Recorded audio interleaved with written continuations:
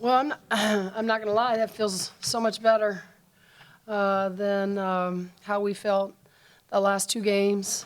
I just give our kids so much credit for how they have bounced back and been resilient, but we had no doubt that they would. There's something, when you go through some rough patches, I think you find out quickly what you're made of. And, I think we found out today that we're capable of a whole lot.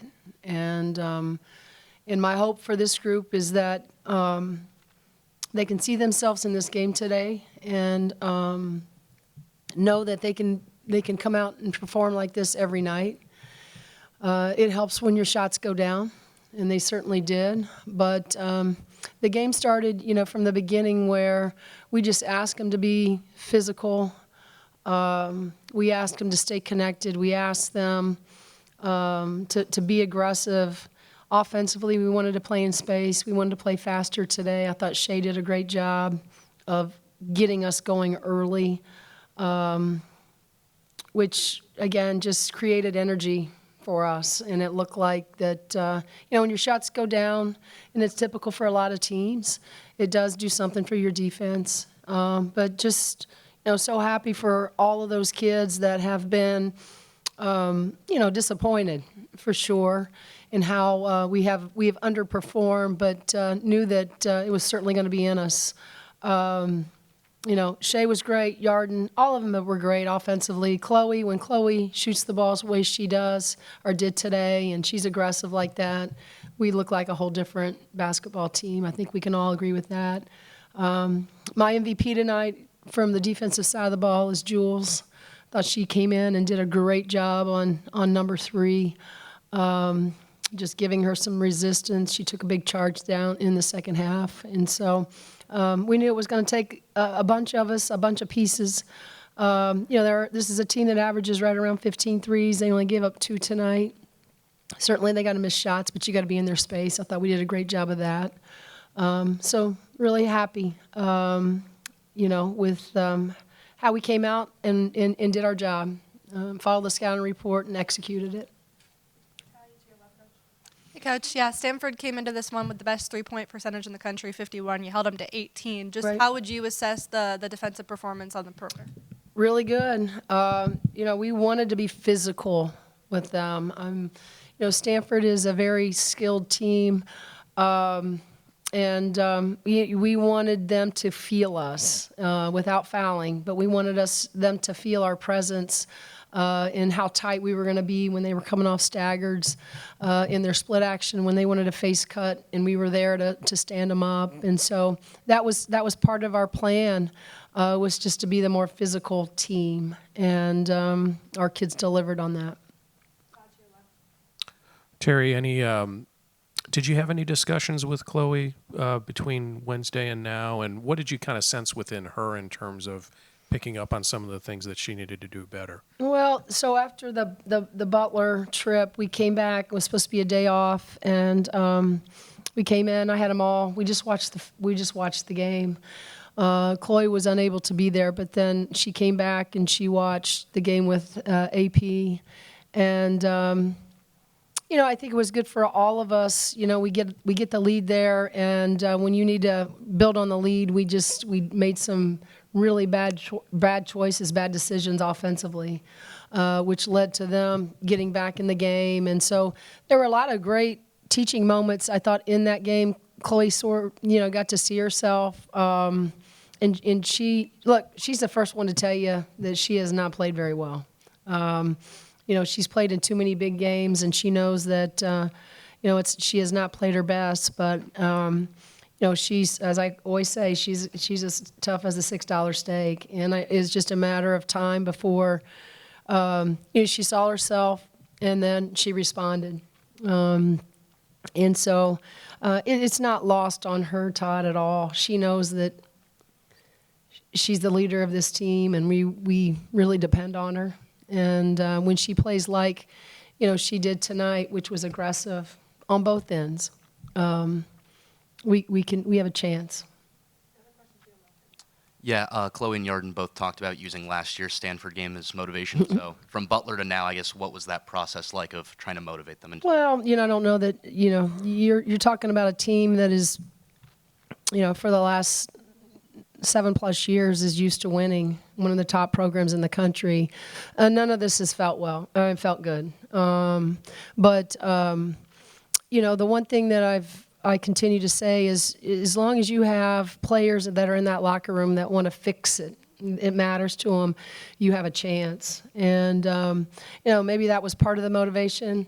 We got a lot of great shots last year at Stanford. They just didn't go down. But they beat us pretty good, and we learned a lot from that. But maybe served as a little motivation. But I think, here in the last couple of weeks when we've come up short against a Harvard team and a Butler team, we were pretty committed to trying to get back on the right track. Yeah, I mean, you've talked about, obviously, breaking losing slide and just how bad it felt the last couple of weeks. Just at what point could you tell today was going to be different than the last few times you came out here?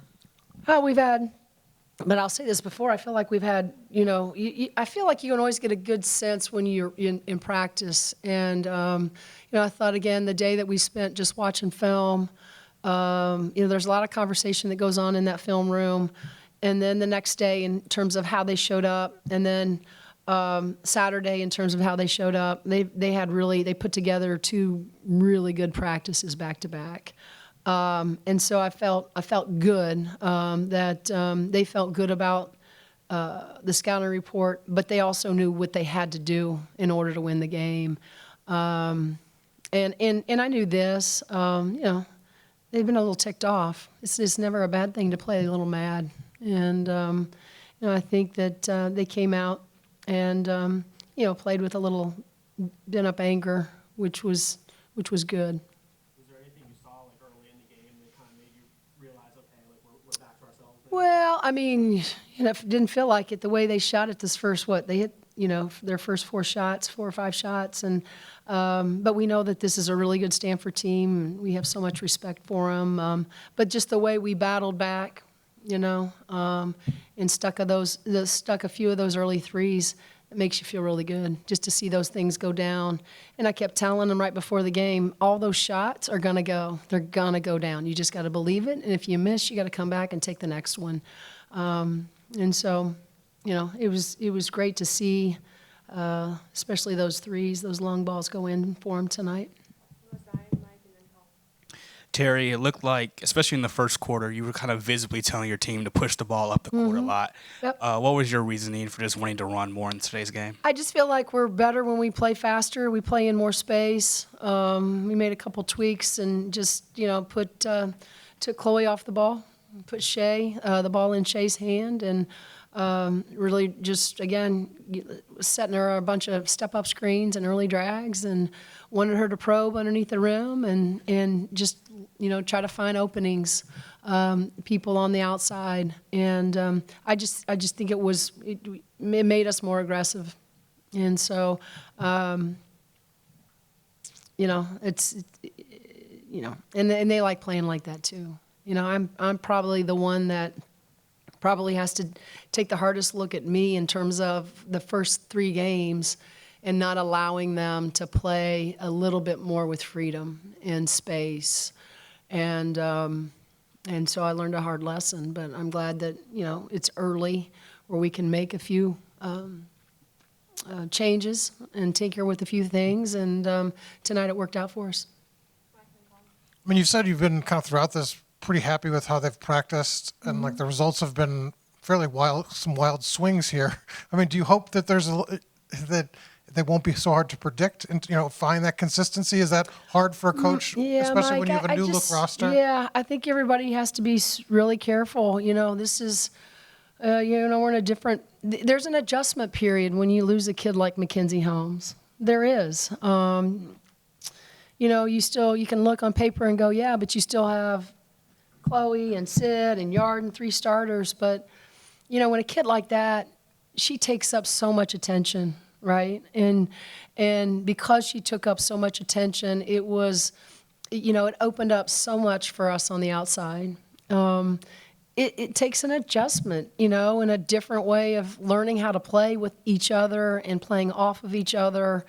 And, we're still learning how to do that. Shay's new. She's new to our program, as Strip is new to our program. And so, I just think there's going to be, it's not going to be a straight line. I think it's going to be, there's going to be some twists and turns throughout, but we just got to stay steadfast to what we do, and that's stay together and guard hard and try to get the best shot for us, with the 5 that are out there on the floor. But what we have to continue to do, and this is it, and this is the other thing too, is making sure that we as a staff, we realize that, it's easy for you guys to say and look and suggest and all that. And I know that that's your jobs, but my job is to lead these guys. And my job is to make sure that we're pouring into these guys and making sure that they continue to have confidence and remind them that, yes, we got some really great pieces, but, it's going to take some time. And so I hope that this helps a little bit. I don't know that winning cures everything, but winning feels good.